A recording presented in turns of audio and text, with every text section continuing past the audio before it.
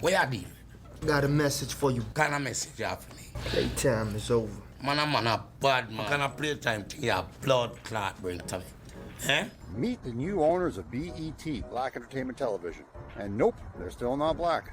Control over BET moved from one Ashkenazi family to another, from the Redstone family to the Ellison family. Larry Ellison helped his son David buy and now control Paramount and BET, and a bunch of other media outlets as well. Media monopoly, every single time. Now, if I say this to you, it's self-loathing, it's self-hatred. It's either that or it's racism. And racism, I'm not even capable of that because I, or the people that I represent in ethnicity, don't have that kind of power.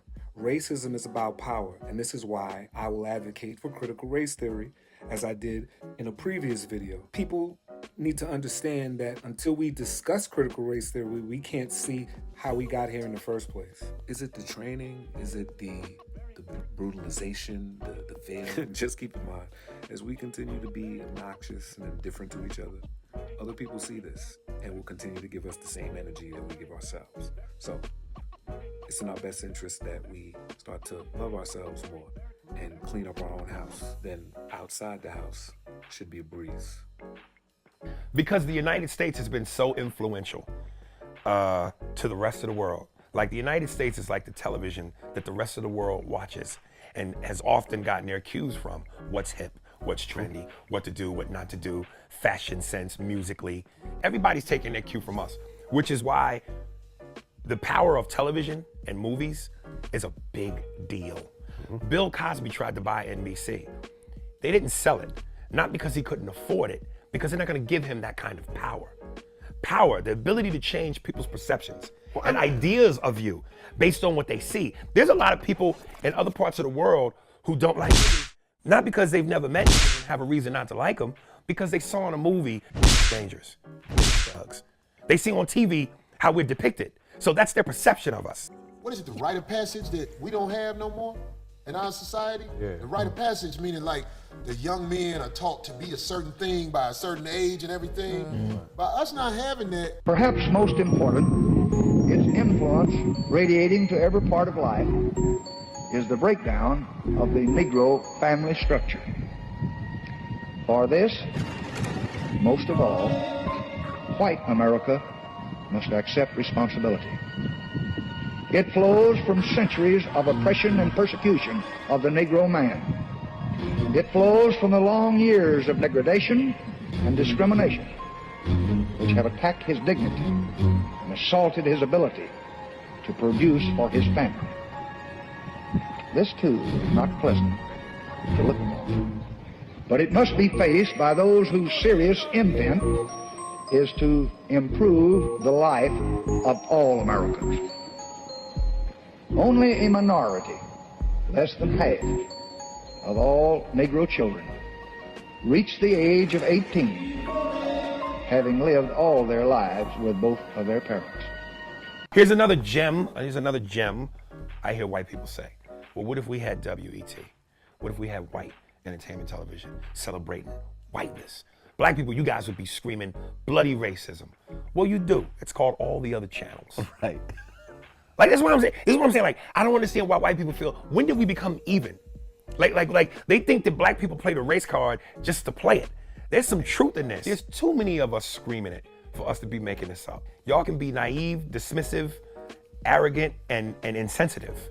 Listen to what black people are saying. Really try to understand our plight. And if you have an ounce of humanity in your soul and in your heart, you'll get it. I didn't really understand the racism of this country until I started to travel outside the country. Because I just assumed that certain things are just inherent in humans, but then once you go to other places, you realize, nah, US has their own little brand of bullshit that they pushed on us. So I remember I was in Brazil one year with a friend of mine who's mixed. He's half Russian, half black. And we were talking to one of the Brazilian girls, and she said, "You're not black, you're moreno."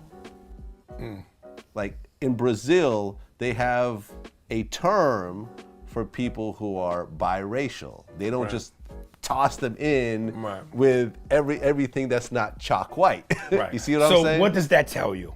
In Australia, they refer to Aborigines as some derogatory term. I forget what the term is, but there's a special term for Aborigines because they are the darker Australians. Is it to the degree of the United States? Is it as historical as the United States? No. Well, because the United States had a history of slavery that most places in the world did not have. Yes. Yeah. Just point blank, period. Yeah. At the end of the day, once you start getting to very high economic levels, people aren't really worried about the race when someone got the money. You see Money what I'm is saying? power, isn't it? Yes. Okay. If you run a television network, you have the power to put on that network whatever you want. Okay. Dramas, comedies, specials, variety specials, Yeah, I mean, late night talk shows. And I'm not saying that Bill Cosby would, but if he would have bought NBC and turned it into BET.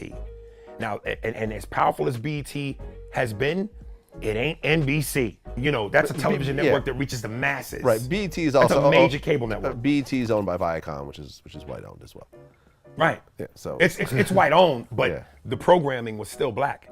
yes. 99.9% of what you saw in there was black. Meet the new owners of BET, Black Entertainment Television. And nope, they're still not black.